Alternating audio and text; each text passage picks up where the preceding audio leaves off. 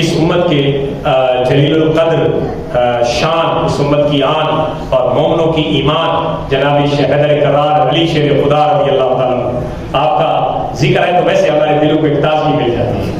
سبحان اللہ کہہ رہے ہیں، جن کے دلوں کو سکون ملتا ہے علی کے ذکر سے وہ کہہ رہے سبحان اللہ. ہمیں تو ملتا ہے، ہم کسی صحابی کے منکر نہیں ہیں نعوذ باللہ، نہ انکار کرنے کی جرات کر سکتے ہیں، لیکن علی کے ساتھ ہمارا وقت تعلق ہے.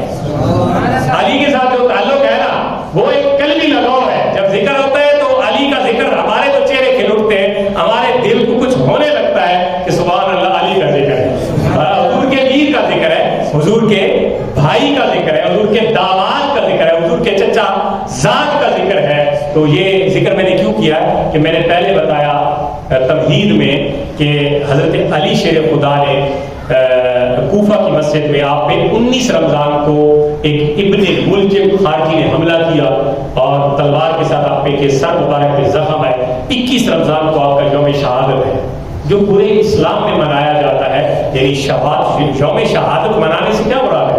آپ اس دن ان بڑوں کی سیرت پڑھیں، اس دن ان بڑوں کے کارنامے دیکھیں، اس دن ان بڑے کے روح کو اصالہ ثواب کریں. یہ دن منانا ہوتا ہے، اور دن کوئی کیک کاٹنے نہیں ہوتے. دن یہی منائے جاتے ہیں کہ آپ ان مقدس ہستیوں کا تذکرہ لوگوں کو بتائیں اور سنائیں کہ کیسے تھے علی. فرمایا حضور نے علی کو اللہ تعالیٰ نے علم اتنا دیا تھا، قضا کا، بالخصوص انصاف کا علم اتنا دیا کہ 9 حصے قضا کے، قضا کہتے ہیں یہ عدالتی فیصلے، عدل کے، قضا کے 9 حصے اللہ نے علم حضرت علی اکیلے کو دیا ہے، اور 1 حصہ باقی سارے لوگوں کو دیا ہے.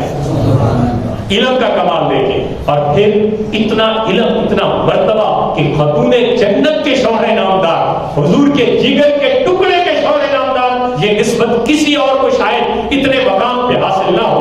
حضرت عثمان غنی ضرور ہیں، لیکن ان کی جو ازواج مطہرات حضور کی شہزادیاں تھیں وہ جنتی عورتوں کی سردار نہیں تھیں. یہ قسمت صرف سیدہ فاطمہ خاتون جنت کی تھی، اور ان کے شوہر نامدار علی المرتضیٰ شیر خدا ہے.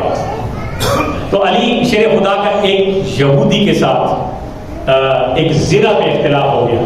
زرہ اس وقت آپ امیر المومنین، بادشاہ وقت تھے، اس وقت بادشاہ وقت، یعنی مطلق الاعیان حکمران اب تو ہے نا ہمارے وزیر اعظم صدر وغیرہ، اس وقت جو امیر المومنین تھے وہ سیدنا حضرت علی المرتضیٰ تھے.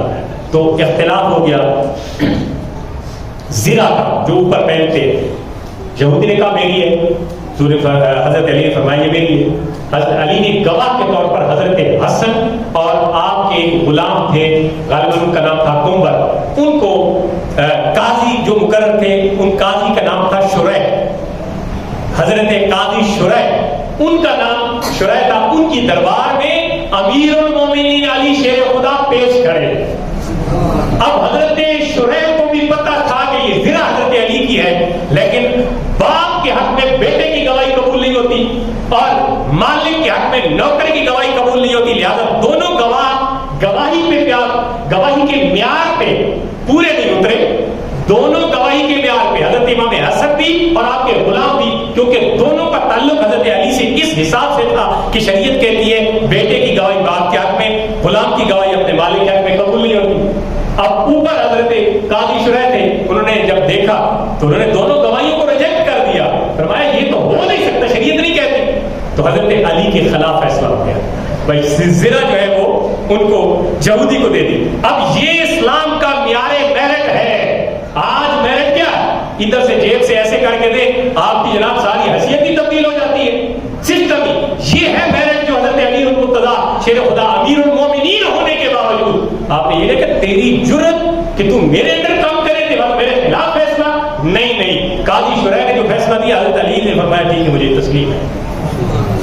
یہودی کہتا ہے اتنا نیک انسان کہ امیر المومنین ہونے کے باوجود خلاف فیصلہ جاتا ہے پھر بھی مانتا ہے.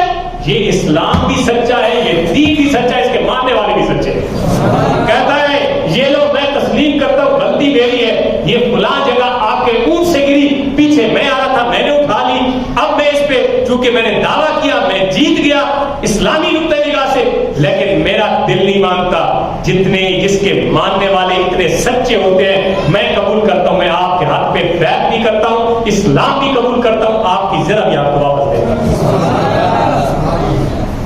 یہ تھا اسلام کا معیار، اور حضرت علی کا مطلب ان کا انصاف کا، ایک تو خود انصاف کرتے تھے، پھر اگر آپ کے خلاف بھی انصاف ہو گیا تو ہمارے ہاں تو پتہ نہیں ہم زمین و آسمان ایک کر دیتے، یہ ہمارا باپ تھا ہمارے خلاف فیصلہ کر دیا، یہ ہمارا بھائی تھا، یہ ہمارا فلاں دوست تھا اس نے ہمارے خلاف فیصلہ کر دیا، پتہ نہیں زمین و آسمان ایک ہو جاتے۔ اور آخری بات آپ کی شان میں عرض کر کے، حضرت علی رضی اللہ عنہ شریف نے فرمایا میں صرف سورۃ فاتحہ کی تفسیر لکھوں نا تو 70 اونٹ بھی تفسیر کا بوجھ نہیں اٹھا سکیں گے، اتنا کچھ لکھا جا سکتا ہے ایک تفسیر قرآن کریم کی۔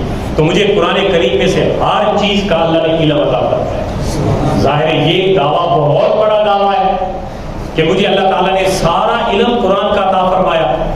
تو یہودی بیٹھا ہوا تھا، اس نے کہا ہمارے سامنے جو بولتا ہے اس کو پھر ہم توڑتے ضرور ہیں۔ اچھا آپ قرآن میں سے اتنا کچھ جانتے ہیں، یہ بتائیں آپ کی داڑھی گھنی ہے اور میری داڑھی میں ایک اقبال ہے، کوئی ادھر ہے کوئی ادھر ہے کوئی ادھر ہے، یہ قرآن میں کدھر لکھا ہوا ہے کہ آپ کی داڑھی گھنی کیوں ہے، میری داڑھی پتلی کیوں ہے؟ یہ قرآن میں مجھے ثابت کر کے دو۔ آپ نے فرمایا قرآن میں لکھا ہوا ہے۔ کہتا ہے کہ کدھر لکھا ہوا ہے؟ کہتے ہیں قرآن کریم میں، وہ میں آپ کو بتا دیتا ہوں، اس کا حوالہ بتا دوں۔ فرمایا بالبالغ الطیب یخرج نباتہ، کہ وہ زمین جو پاک زمین ہو، وہ جو دیتی ہے نا، یعنی فصل دیتی ہے، وہ فصل جو ہے وہ بہت ہی قیمتی ہوتا ہے اور زیادہ ہوتا ہے۔ فصل قیمتی بھی ہوتا ہے اور زیادہ بھی ہوتا ہے۔ اور دوسری جو والذی خابث لا یخرجہ الا ناکدہ، کہ جو زمین بنجر ہوتی ہے نا تو وہ فصل بہت کم دیتی ہے۔ جو زمین پاک ہوتی ہے، آباد ہوتی ہے، وہ فصل چوکھا چنگا دیتی ہے، اور جو زمین بنجر ہوتی ہے وہ فصل بہت کم دیتی ہے۔ فرمایا مثال یہ ہے کہ میرے اندر اسلام کی جو روشنی اور نور ہے، اس وجہ سے میری داڑھی گھنی، کیونکہ دل سیراب ہے اور زمین آباد ہے، اس لیے پھل بھی اچھا نکلا۔ تو ہے مردار دل والا، تیرے جسم کے اندر جو دل ہے وہ مردہ ہے، تو یہودی ہے، تو ناپاک اور بنجر زمین کی طرح، اس لیے کوئی ایک بال پتلا پتلا نکلا۔ بنجر زمین فصل چوکی نہیں دیتی، یہ مثال۔ تو کہتا ہے کہ آج مان گیا ہوں کہ اسلام کے ماننے والے جو ہیں وہ بالکل سچے ہیں۔ وہ بندہ بھی حضور کے حضرت علی کے دربار میں گر جاتا ہے اور آپ کا مرید بن جاتا ہے۔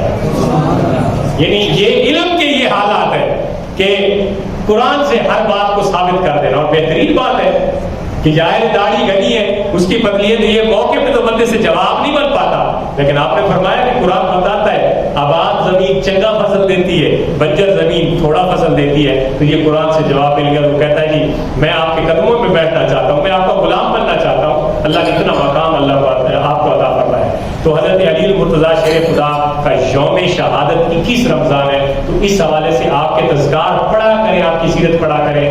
یہ وہ علی ہیں جو جب کعبہ بن رہا تھا خانہ کعبہ، تو حضرت علی رضی اللہ تعالیٰ حضور نے فرمایا کہ مونڈوں پہ چڑھا اور یہ اینٹ فلاں جگہ پہ لگا دے۔ تو حضرت علی نے فرمایا نہیں، میں یہ گستاخی نہیں کر سکتا، آپ کے مونڈوں پہ میں سوار ہوں، میں بیٹھتا ہوں، آپ میرے مونڈوں پہ سوار ہو جائے، میں آپ کو اٹھاتا ہوں۔ حضور نے فرمایا ٹھیک ہے۔ اب چونکہ علی کا تذکرہ آ گیا تو تھوڑا سا ٹائم اوپر لگ گیا، تو مجھے معاف کر دینا۔ اب میں جو ہے نا میں آپ کو اٹھاتا ہوں۔ آپ نے فرمایا ٹھیک ہے۔ آپ جو ہے حضرت علی بیٹھے اور نبی پاک صلی اللہ علیہ وسلم نے سبحان اللہ اپنے قدم مبارک علی کے مونڈوں پہ لگائے اور فرمایا علی اٹھ۔ علی زور لگائے اٹھا نہیں جاتا۔ وہ علی جو ایک ہاتھ سے خیبر کے دروازے کو اٹھا پھینکے، لیکن آج مونڈوں پہ امام الانبیاء ہے، سارے نبیوں کے سردار، زور لگائے علی سے اٹھا نہیں جاتا۔ فرمایا اٹھنا علی، کیا ہوا؟ یا رسول اللہ میرے اوپر تو پہاڑ آیا ہے، مجھ سے نہیں اٹھا جاتا یہ وزن۔ آپ نیچے اترے، آپ نے فرمایا میں بیٹھتا ہوں، تو میرے قدموں پہ سوار ہو۔ اپنا تو دیکھ لیا نا مقام۔ علی فرماتے مجھ سے تو نہیں اٹھا گیا۔ ظاہر وہ بار نبوت تھا جو حضرت علی کے مقدر میں نہیں تھا کہ وہ اس کو اٹھا سکتے تھے۔ اب حضرت علی جب گادے پہ سوار ہوئے، نبی پاک نے جب ایسے اٹھایا تو علی فرماتے ہیں کہ میں بظاہر اس کعبہ کی دیوار کے ساتھ میں نے اینٹ لگانی تھی نا، جو خدا کی قسم اگر میں اوپر ہاتھ کرتا تو میں آسمان کو بھی پکڑ لیتا.